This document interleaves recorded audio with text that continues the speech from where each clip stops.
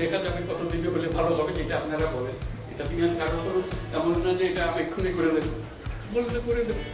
তিনি আরো বলেন, এই 17 কোটি মানুষকে আরো উপরে নিয়ে যেতে পারবো, শুধু এই গুতাগুতি বন্ধ করতে হবে। 17 কোটি মানুষকে আমরা আরো বহু করে নিয়ে যেতে পারি, শুধু এই গুতাগুতি মারামারি খুনাখুনি এটার থেকে।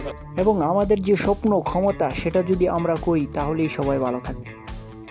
যে স্বপ্ন, আমাদের যে ক্ষমতা, এটা যদি আমরা করি, পৃথিবীর মানুষ এমনি ভালো করে আর যাবেন কোথায়, আবার গর্বতার মধ্যে থেকে গেলেন।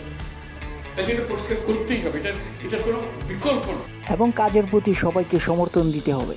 আবার যদি বলে না সে পারতেছে না, তাকে বাদ দাও, তাহলে হবে না। সবাইকে সমর্থন দিতে হবে। আপনারা যদি বলেন যে না এটা পারতেছে না, তাহলে বাদ দাও, তাহলেও শেষ হবে না। শেষ এটা নিয়ে যত কান্নাকাটি করে করতে পারে, যন্ত্রটা ঠিক করার জন্য এটাই হলো মুহূর্ত, সেখানে আপনাদের ভূমিকা। অবশেষে ডক্টর ইউনূসকে প্রশ্ন করা হয়, অন্তর্বর্তীকালীন সরকারের মেয়াদ কতদিন হবে।